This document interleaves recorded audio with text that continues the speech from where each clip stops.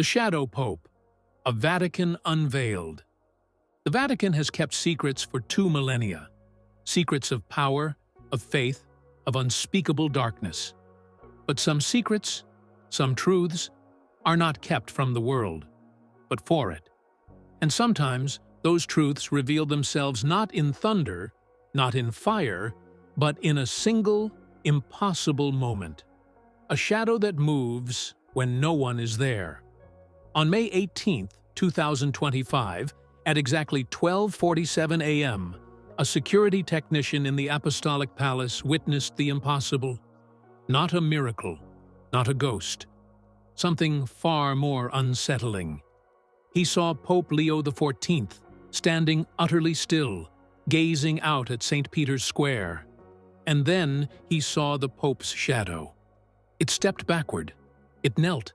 It remained, distinct and separate, for 6 long seconds. And then it rose, stepped forward, and resumed its position beneath him. A shadow, moving, alone, in the deepest heart of the Vatican. This was not a glitch.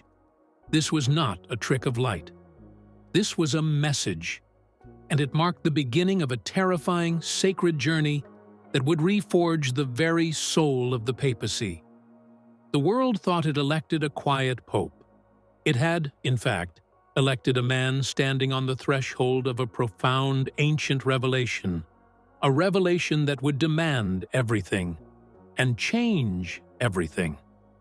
The Vatican had not yet adjusted to the silence of Pope Leo XIV in the days following his election on May 8, 2025. There was no dramatic shift in protocol, no thunderous homilies or sweeping appointments.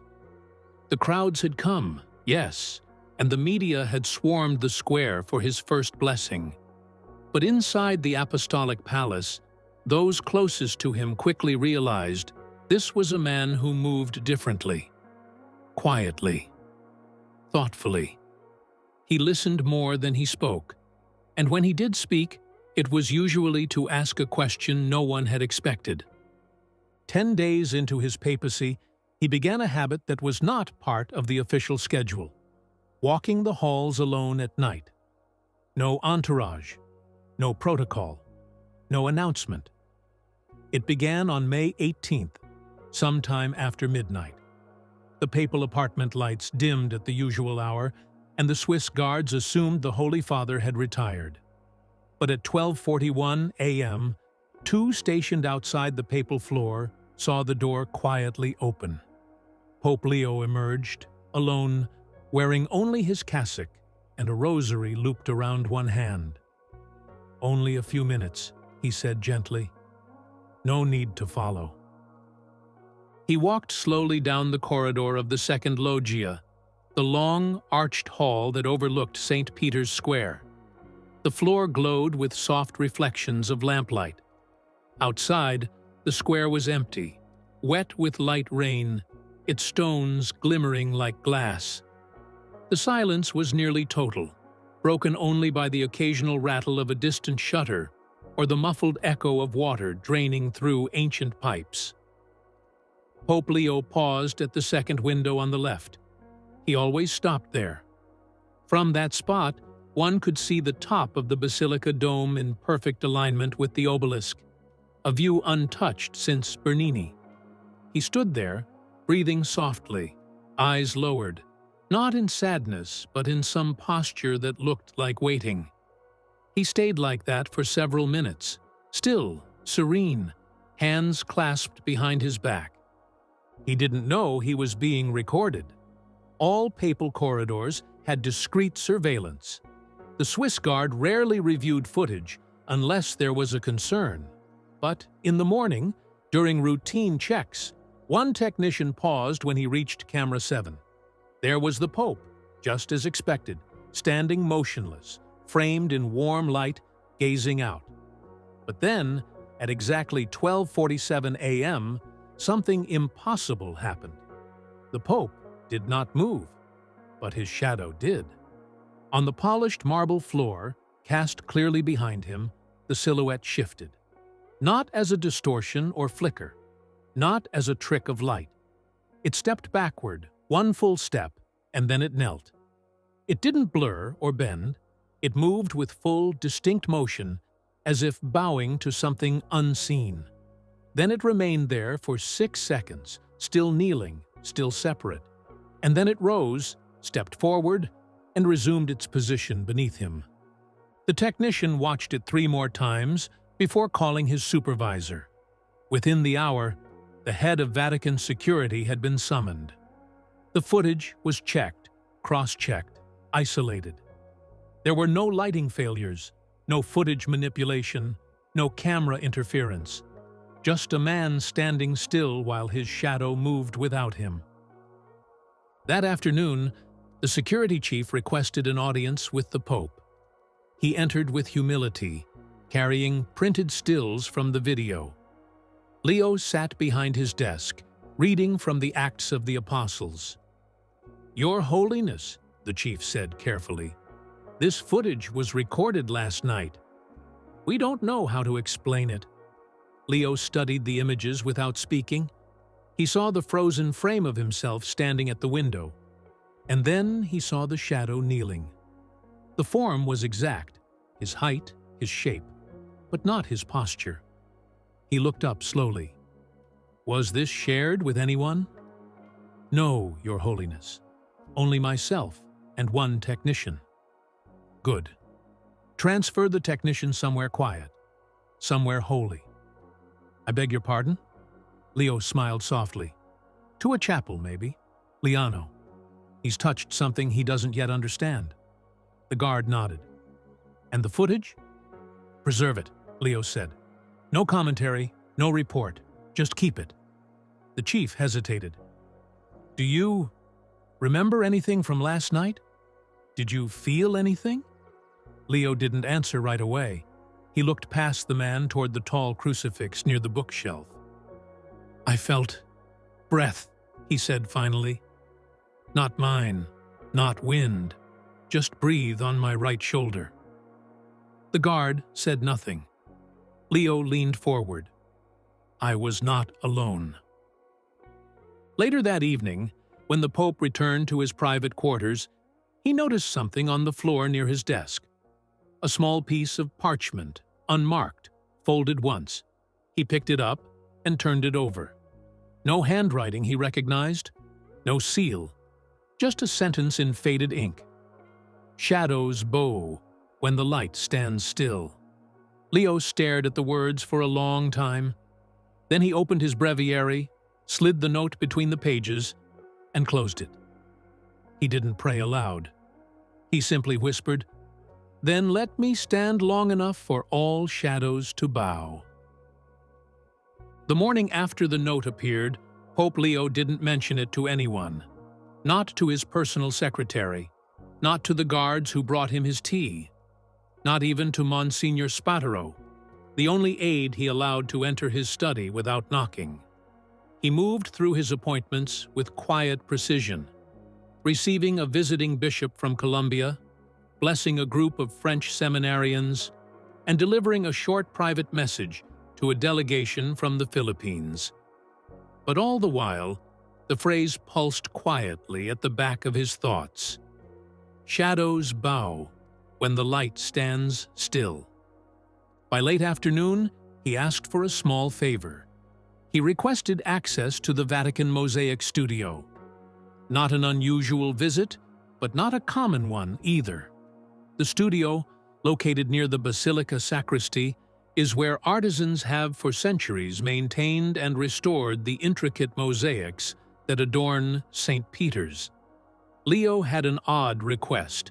He asked to see any recent repairs made in the corridor he had walked the night before, the hallway where the shadow had moved. The request confused the chief mosaicist. That corridor had no decorative elements, no images needing restoration. But the Pope insisted. They met there in the evening, just before the building closed.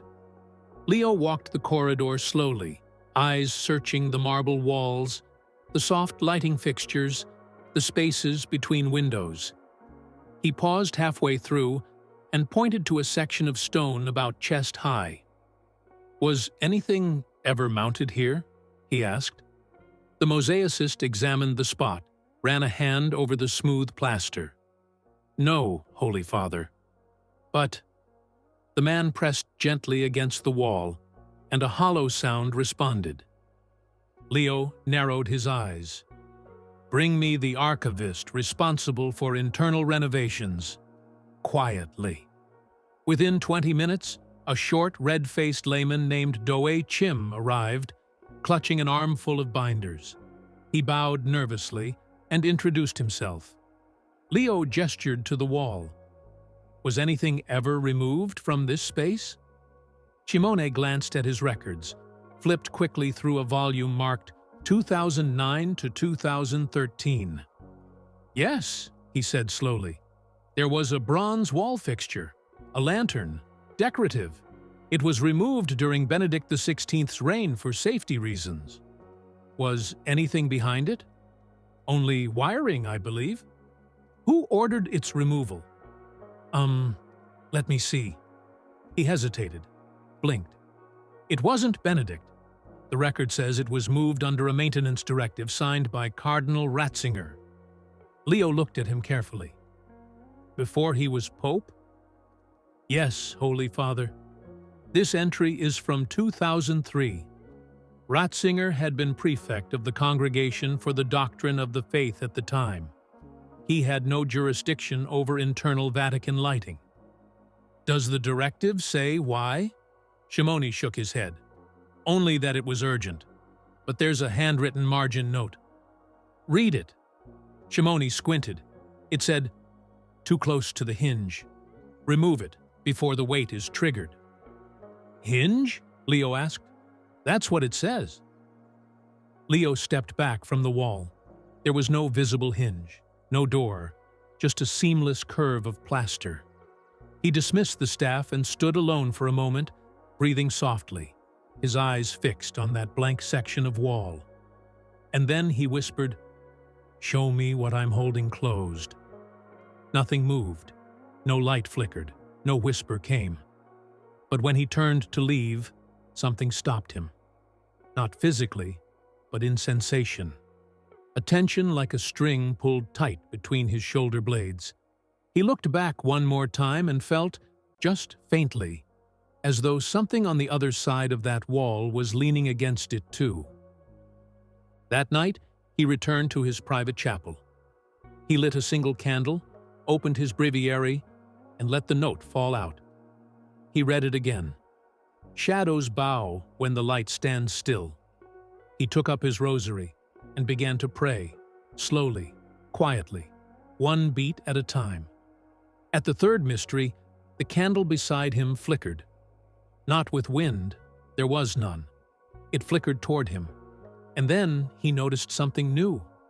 On the inside cover of his breviary, beneath the spot where the folded note had rested, a faint imprint had appeared. Not ink, not charcoal, just the faintest mark in gold dust, like something pressed into the paper from beneath. He held it to the candlelight. The shape was unclear at first, a smear, a curve. But when the light caught it just right, he saw it clearly. A name, one that hadn't been written by any human hand. He recognized it. It wasn't his, but he knew it. He whispered it aloud. And in the silence that followed, the candle straightened, and the flame rose taller, as if the name had weight, and the air had bowed to it. By sunrise, the gold imprint had vanished. The Pope had checked again and again, each time more carefully, more slowly. But the name was no longer there. The faint dust had gone. The paper now looked untouched. Even the candle wax had hardened cleanly, as though nothing unusual had ever occurred. But Pope Leo remembered what he had seen. The name wasn't ancient. It wasn't in Latin. It wasn't even biblical.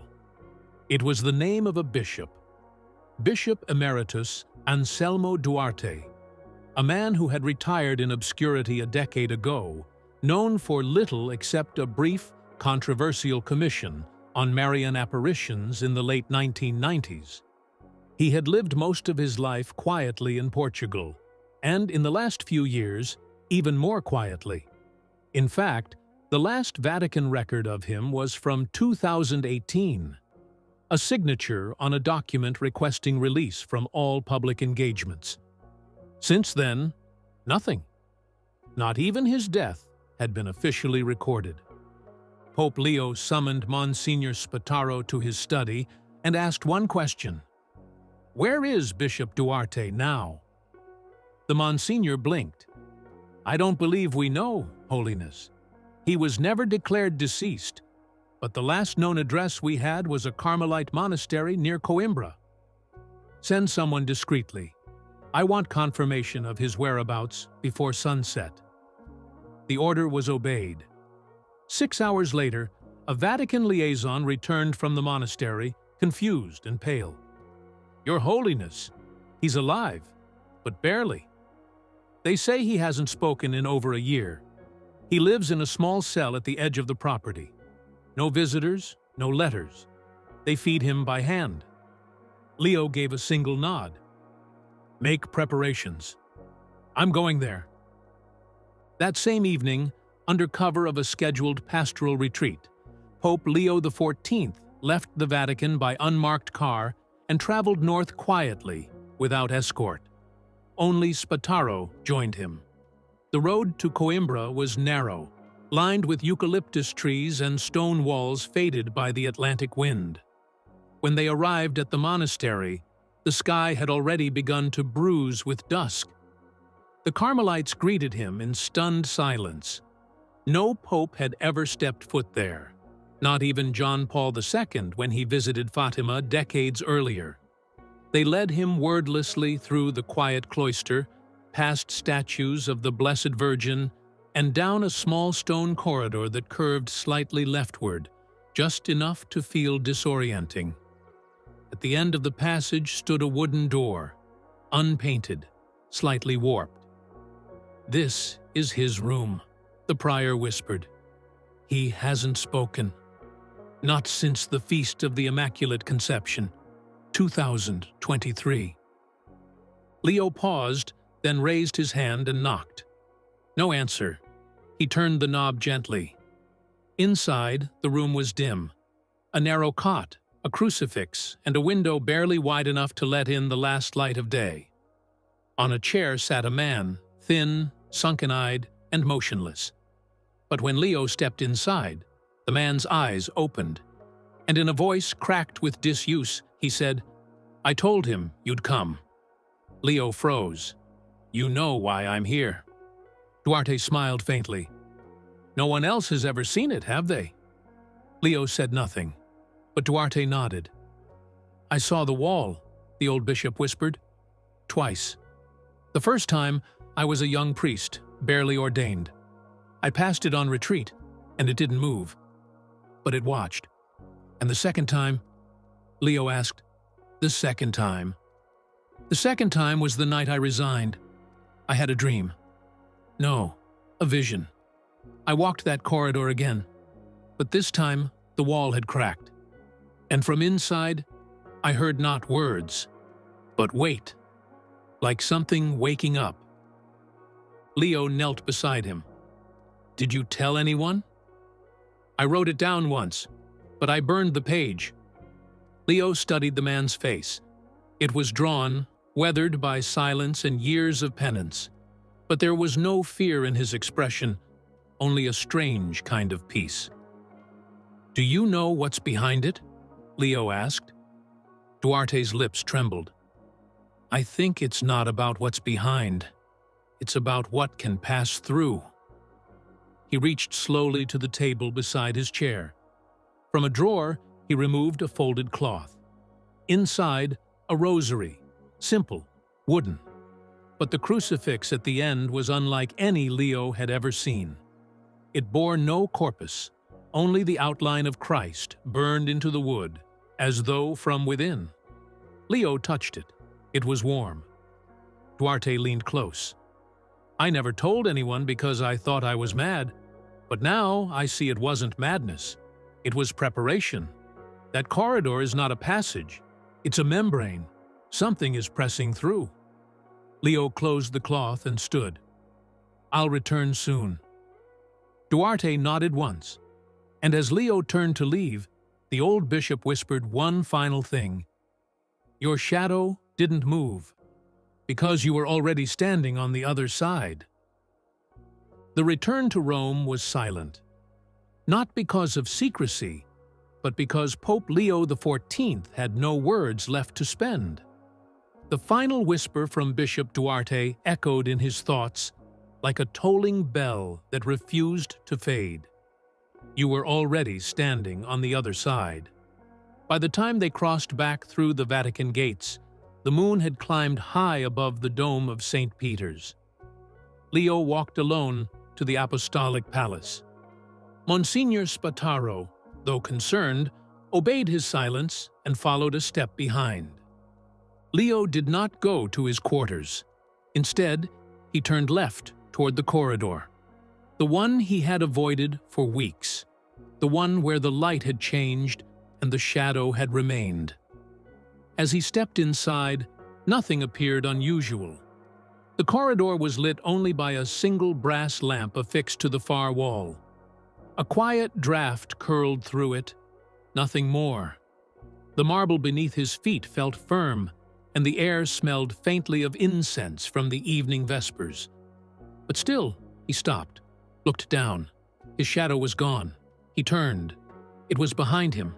No, beside him. No, ahead. 3 times he turned, and 3 times it shifted. It didn't follow. It waited. He took a step. It didn't. He took another.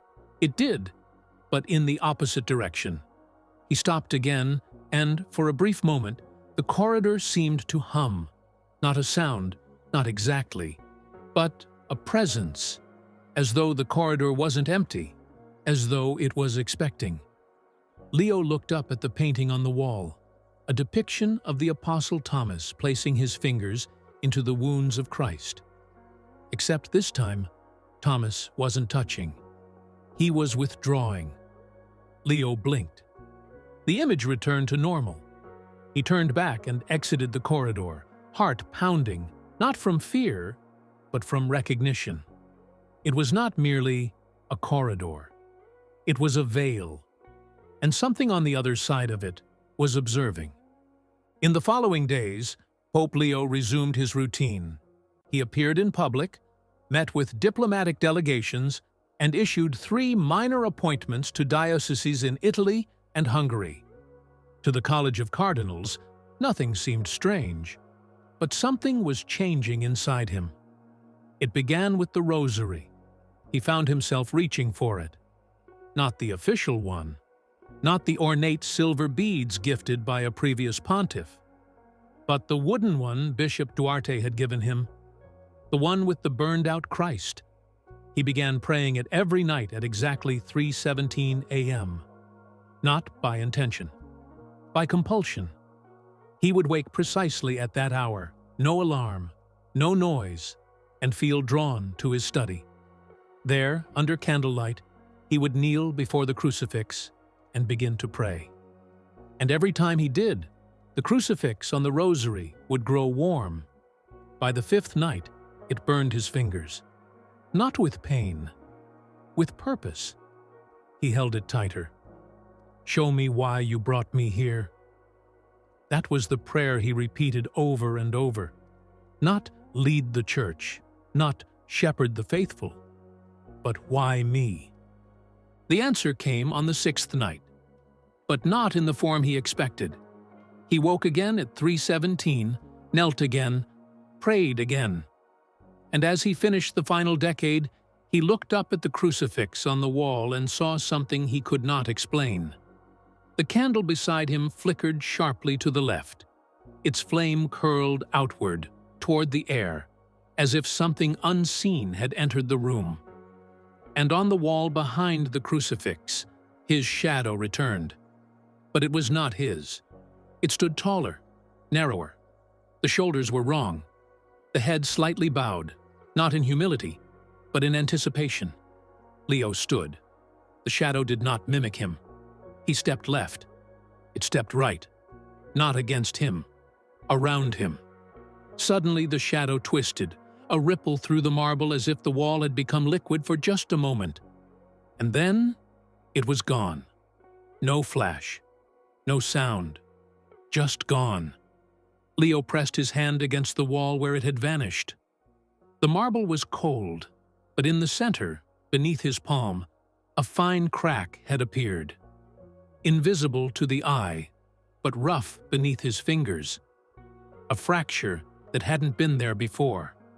He removed his hand slowly, and written there, in the dust, "Only one can pass, the one who chooses not to."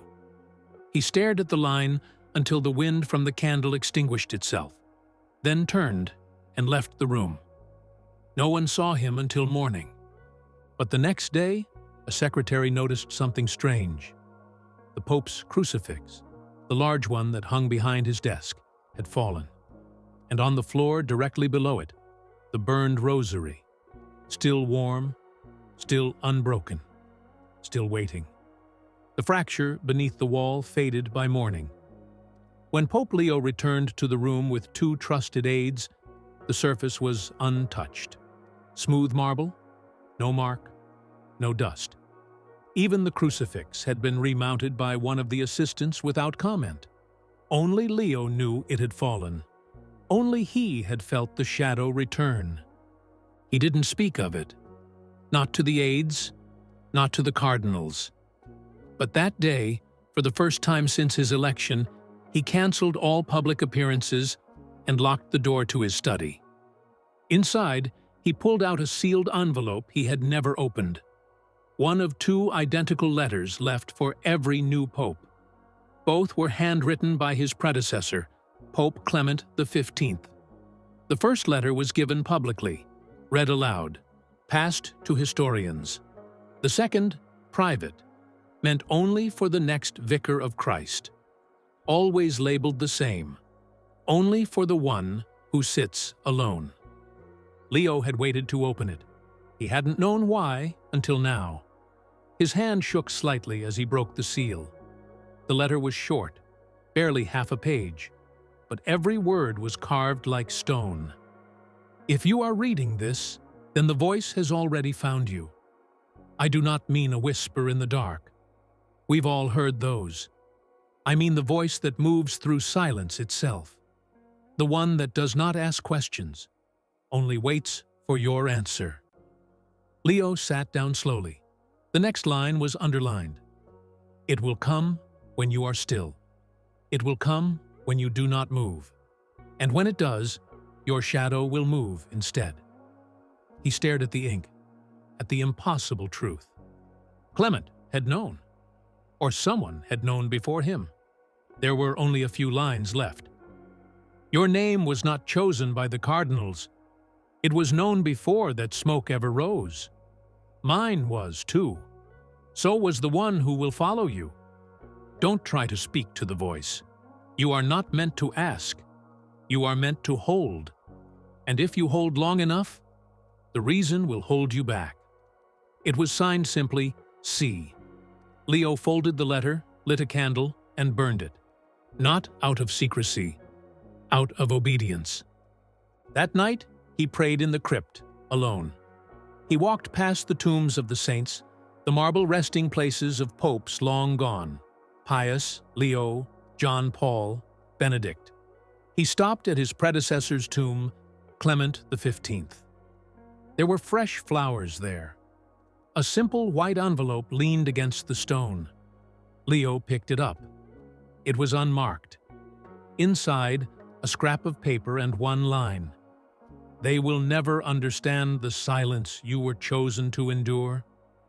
He didn't know who left it, but he placed it back against the tomb, knelt, and whispered, I believe you spoke through him. So now speak through me, or hold my tongue forever. When he stood, something shifted. It wasn't the air, not a breeze, but the feeling that something had moved behind him. He turned. No one. Only the long corridor leading back toward the basilica. Only silence. But his footsteps sounded doubled. not echoing, accompanied. He turned again. Nothing.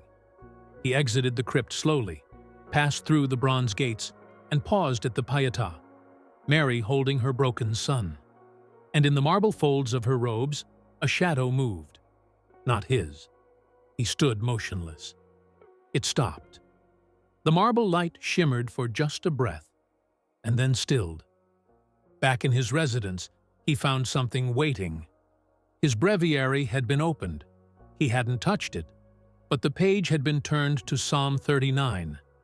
His eyes went straight to verse 9. I was silent. I would not open my mouth, for you are the one who has done this.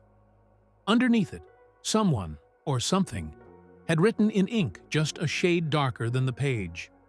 The silence is not the absence of God.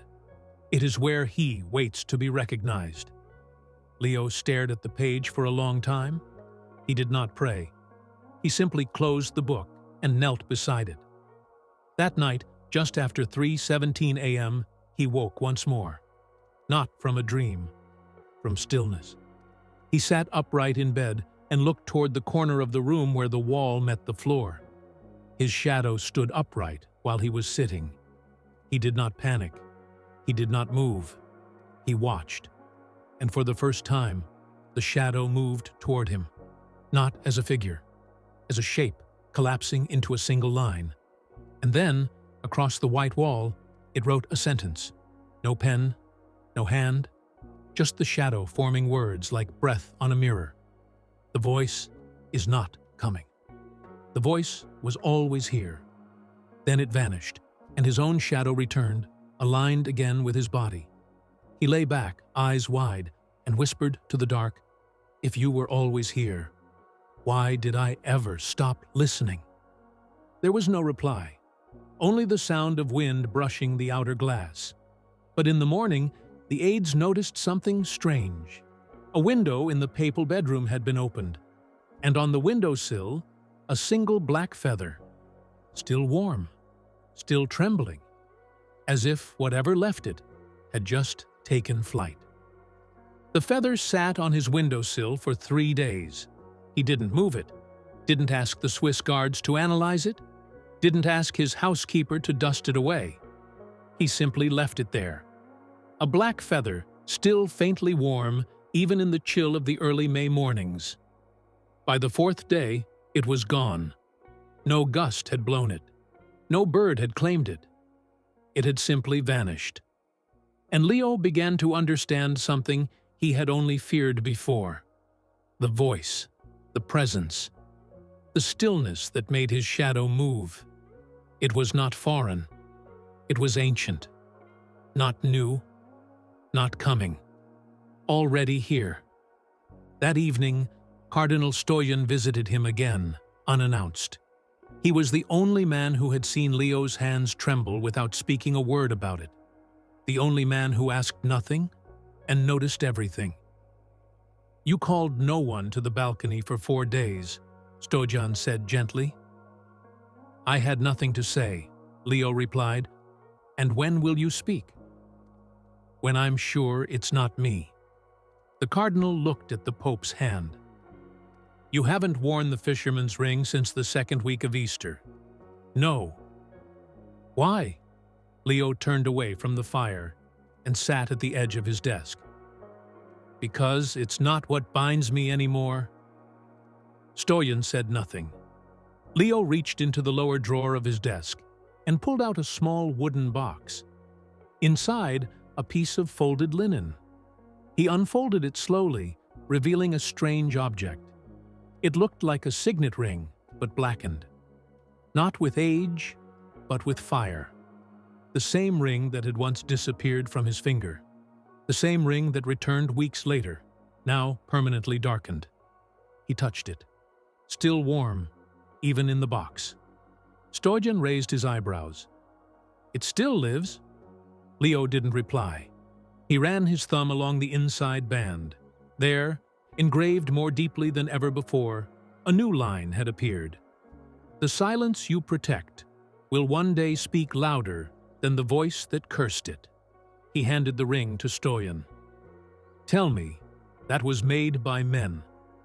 The cardinal held it a moment, then shook his head slowly. I've worn every kind of ring a bishop can wear. Nothing ever burned my hand without fire. Leo took it back, stared at it, then said, "It burns because I was meant to feel it." He placed the ring on the windowsill where the feather had rested and left it there. The next morning, it was gone. But something else was in its place. A scrap of paper, torn, creased, but unmistakably folded with care. Leo opened it. There were only 8 words, handwritten in small, steady script. "He did not leave you." He stepped back. He folded the paper once, twice, 3 times, slipped it into the lining of his cassock. That evening, he did something unannounced. No broadcast, no cathedral, just a request. He asked to celebrate Mass in a prison outside Rome. The request startled even his secretary, but the Pope insisted. "They are the only ones who will understand why I need to speak." He arrived in silence. No papal fanfare, no procession. Just him in white, entering the cement chapel of Rebibbia prison, with the weight of a man who had not slept for weeks. He didn't preach, he simply read the gospel. And when he lifted the host at consecration, something happened. A man in the 4th row, a lifer serving 2 decades for armed robbery, gasped. The host had glowed. Not with brilliance, not theatrically, but just enough to blur the air around it, like heat rising off asphalt. After Mass, the man approached the Pope. He trembled as he spoke. "I saw it. It was fire." Leo didn't argue. He placed a hand on the man's shoulder and whispered, "You weren't supposed to see me." The inmate blinked, then nodded. He understood. Leo returned to the Vatican with dust on his shoes and silence in his mouth. He didn't speak for 2 more days, but on the 3rd day, his shadow moved again. This time while he prayed in the chapel. He sat completely still, knees bent, eyes closed, hands open, but the shadow to his left lifted, stood, and walked across the wall. It stopped beside the crucifix and pointed. Not at Christ, at the inscription above him, I-N-R-I. Leo rose slowly, moved toward it. And as he approached, the light shifted. Not from candles, from something behind the shadow. A deeper shape. It wasn't a person. It was more like the impression of someone who had stood there long ago. A memory cast into the air. He reached toward it, and for a split second, just before the light faded, he felt warmth wrap his fingers. Not burn. Hold. When the candles flickered back, the shadow was gone, but on the marble floor, at the foot of the crucifix, was the ring. Black. Still warm. He knelt, took it in both hands, and said aloud, "Not as a priest, not as a pope, but as a man. If you're still here, then I won't move."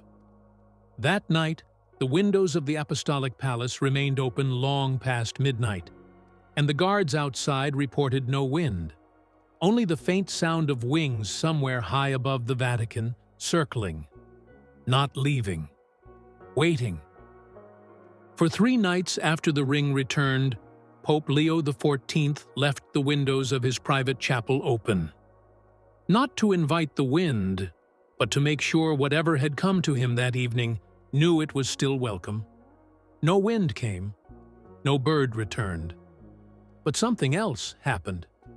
The crucifix in the chapel, the one above the simple marble altar, nearly identical to the one he had prayed before, when the shadow moved, had always been known for its solemn silence.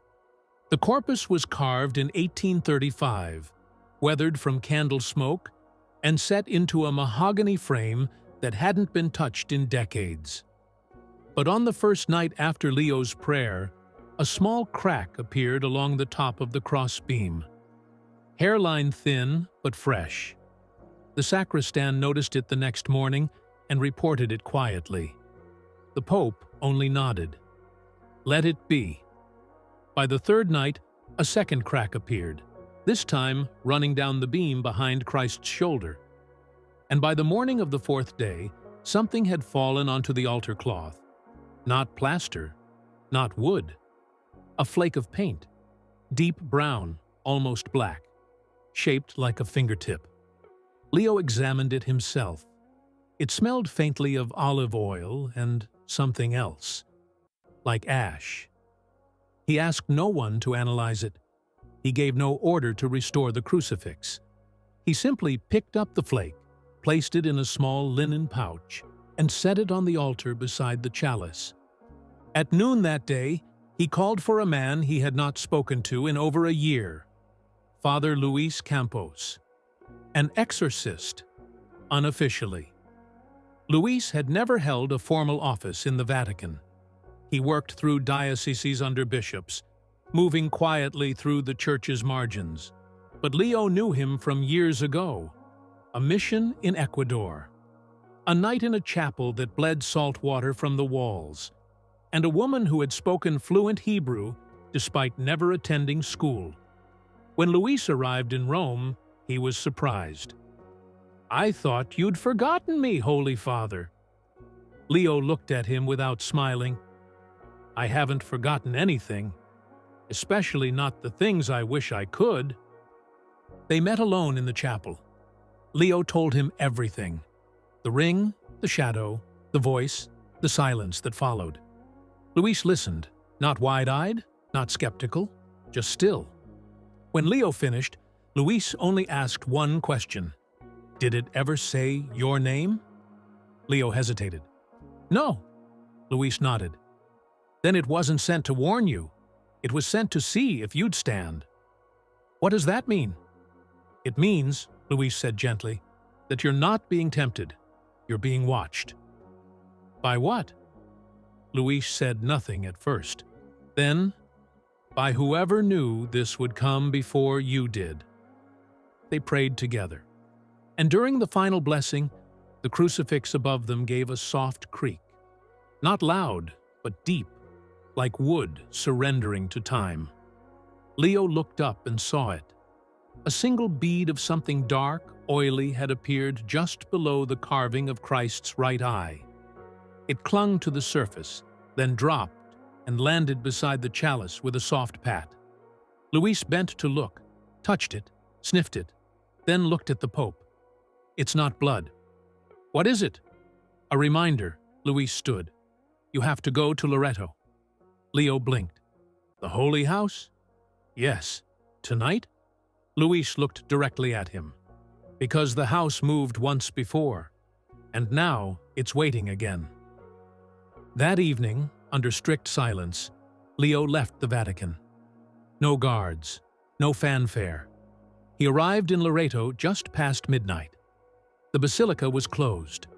The rector had been discreetly informed, and the chapel was unlocked.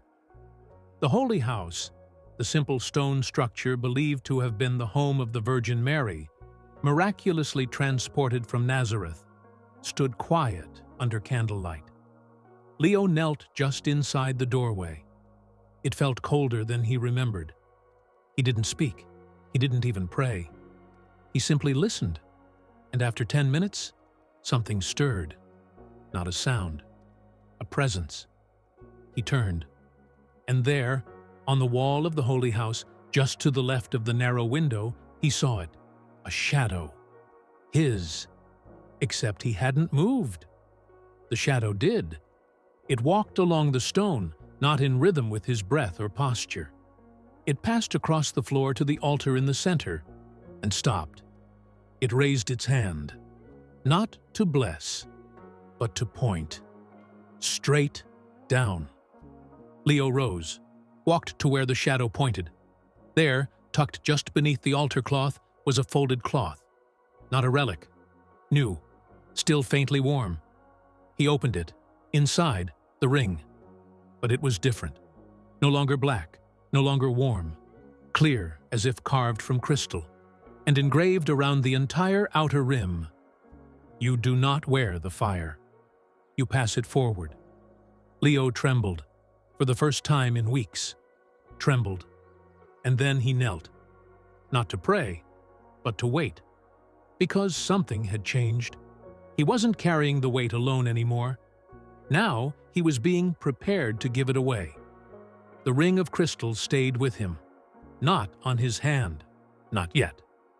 Pope Leo XIV kept it in the same small linen pouch used for the flake of paint from the cracked crucifix. He placed both in the inner pocket of his cassock, close to his heart. The journey of Pope Leo XIV, from a quiet election to a silent communication with an unseen force, had just begun. He was not merely the leader of a church. He was a custodian of a profound threshold, a man chosen by ancient knowing, tasked with a purpose that transcended human understanding. The shadow that moved, the voice that spoke through silence, the signs etched in dust and transformed in fire.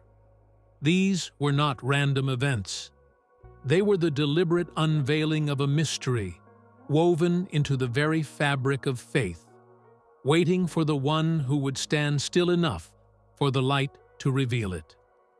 Pope Leo had surrendered his will, his fear, his very understanding, to an obedience that stretched beyond the known.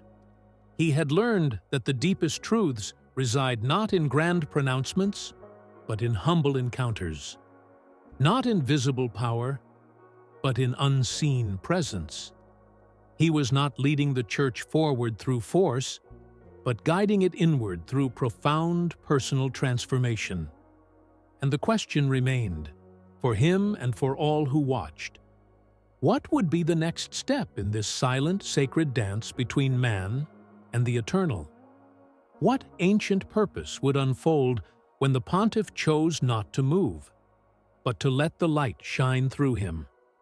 The church, it seemed, was not just being governed, it was being revealed, and the world was about to witness a faith reforged not by decree, but by the quiet, unwavering presence of a pope who understood that sometimes the greatest act of leadership is to simply stand still.